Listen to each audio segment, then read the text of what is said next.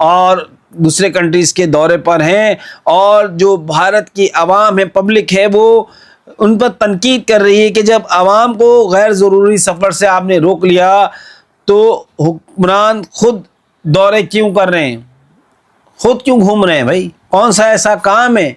کون سے ایسے ایگریمنٹ سائن کر رہے ہیں، کون سا ایسا آپ انڈیا کو فائدہ پہنچا رہے ہیں، وہ بتائیں تو صحیح، جو آپ دورے کرتے پھر رہے ہیں۔ یہ ساری کی ساری باتیں ہیں،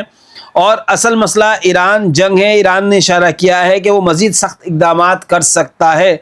جس سے تیل کی قیمتیں اور اوپر جا سکتی ہیں۔ جی ہاں، دنیا کے ہنگامی تیل کے جو ذخائر ہیں وہ تیزی سے کم ہو رہے ہیں، جو اسٹریٹجک آئل ریزرو ہیں وہ تیزی سے کم ہو رہے ہیں، اور بھارت میں عام لوگ پہلے ہی مہنگائی سے پریشان ہیں۔ لوگ ایک ہی موٹر سائیکل پر کئی افراد اس وقت سفر کرتے ہیں تاکہ اخراجات کم ہوں، اور ایئر پولوشن، صحت کے مسائل اور دیگر مشکلات کے باعث بڑی تعداد میں لوگ بھارت چھوڑ کر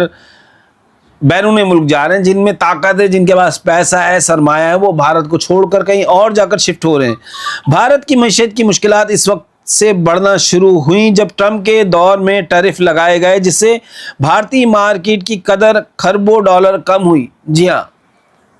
میں نے آپ کو بتایا تھا نا دوستو کہ آج اگر کوئی پرائز بڑھتے ہیں، یا آج کوئی ٹیرف لگتا ہے، یا آج کوئی چیز ہوتی ہے، تو اس کا اثر فوراً نہیں پڑتا، کچھ مہینوں کے بعد اس کا اثر پڑنا شروع ہو جاتا ہے، اور وہ اثر جو ہے وہ اب بھارت پر پڑنا شروع ہو گیا ہے۔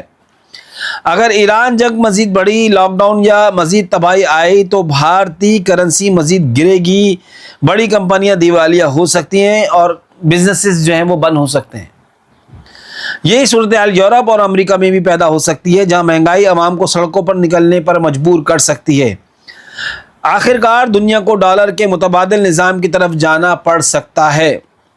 برکس ممالک ایک نئی کرنسی متعارف کرا سکتے ہیں جو ممکنہ طور پر سونے کی پشت پناہی سے چلائی جائے گی، اور چین اس میں مرکزی کردار مین جو کردار ہوگا، وہ رول کہہ لیں آپ، مین رول وہ چین کا ہی ہوگا۔ اور ایسا لگتا ہے کہ امریکی ڈالر کی عالمی بالادستی بھی زیادہ دیر قائم نہیں رہ سکتی، کیونکہ ہر ملک اپنی معیشت کو بچانے کی اس وقت کوشش کر رہا ہے۔ جی ہاں دوستو، ابھی جو 40 دن کی جنگ چلی ہے، اس میں ایسی خطرناک جنگ نہیں چلی جو اب اگر خدا نخواستہ جنگ ہو جاتی ہے تو وہ بہت زیادہ خطرناک ہوگی، کیونکہ بہت سارے جو کنٹریز ہیں وہ خالی ہو چکے ہیں، ان کی جیبیں خالی ہو چکی ہیں، ان کے پاس ذخائر پیٹرول کے وہ ختم ہو چکے ہیں، اور ایسے معاملات ہو چکے ہیں کہ اب جو جنگ ہوگی تو فائنل جنگ ہوگی، مطلب آر یا پار کی لڑائی ہوگی۔ ایسی جنگ نہیں ہوگی کہ بس آپ جو ہے وارننگ شاٹس مار رہے ہیں کسی کو، یا ہلکا پھلکا نقصان پہنچانے کی کوشش کر رہے ہیں، ایسا نہیں ہوگا۔ اب بغیر بتائے بڑے بڑے حملے کیے جائیں گے، جس سے کافی زیادہ نقصان ہوگا، کافی زیادہ۔ ابھی جتنا تیل کے پرائز بڑھ چکے ہیں، آپ دیکھیں کہ ڈالر میں روپیہ بھارت کا کہاں تک پہنچ گیا، آج تک اتنے عرصے سے سٹیبل تھا، اور اب بڑھنا شروع ہو گیا ہے۔ تو جب پرائز $150 فی بیرل پر چلے جائیں گے تو پھر روپیہ کدھر جائے گا، مہنگائی کدھر جائے گی، اور اتنا بڑا ملک جو ہوتا ہے اس کو سنبھالنا مشکل ہوتا ہے، کیونکہ جب دنیا کی اکانومی گرے گی، یہ کرونا والی اکانومی نہیں ہے کہ بیماری کے ذریعے جو بیماری کی وجہ سے جو ہے وہ گری تھی اور پھر اڑ گئی، یہ جب گرے گی تو ایسی گرے گی کیونکہ اس میں بڑی بڑی جو آپ کہہ لیں کہ آئل ریفائنریز تباہ ہوں گی، بڑے بڑے نقصانات ہوں گے جو ریکور کرنے میں بہت سال لگیں گے ان کو، تو اس کا اٹھنا بہت مشکل ہوگا۔ پھر جو بھارت جو جس وجہ سے ٹکا ہوا ہے اس کا روپیہ، وہ اپنے ایکسپورٹ کی وجہ سے بھی اس کو مدد ملتی ہے، تو ایکسپورٹ جب گرے گی، کیونکہ جب دوسرے کنٹریز کی بھی حالت بری ہوگی تو ظاہر سی بات ہے ایکسپورٹ گرے گی، اور جب ایکسپورٹ گرے گی تو پھر اور بری حالت ہونے والی ہے بھارت کے اندر۔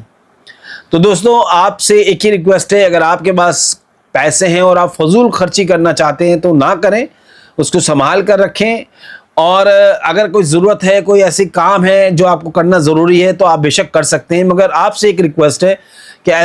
فضول خرچی بالکل نہ کریں۔ آنے والا وقت پتہ نہیں کیسا ہو، تھوڑے عرصے رک جائیں، دیکھ لیں کہ یہ جنگ کدھر رکتی ہے، یا اگر مکمل رک جاتی ہے تو پھر تو چلے بہت ہی اچھی بات ہے، اور اگر نہیں رکتی اور جنگ دوبارہ سٹارٹ ہو جاتی ہے تو وہی پیسہ آپ کے کام آنے والا ہے۔ تو دوستو، فی الحال کے لیے اتنا ہی۔ مزید اپڈیٹس کے لیے آپ چینل کو ضرور سبسکرائب کریں تاکہ آپ تک لیٹسٹ نیوز پہنچتی رہیں۔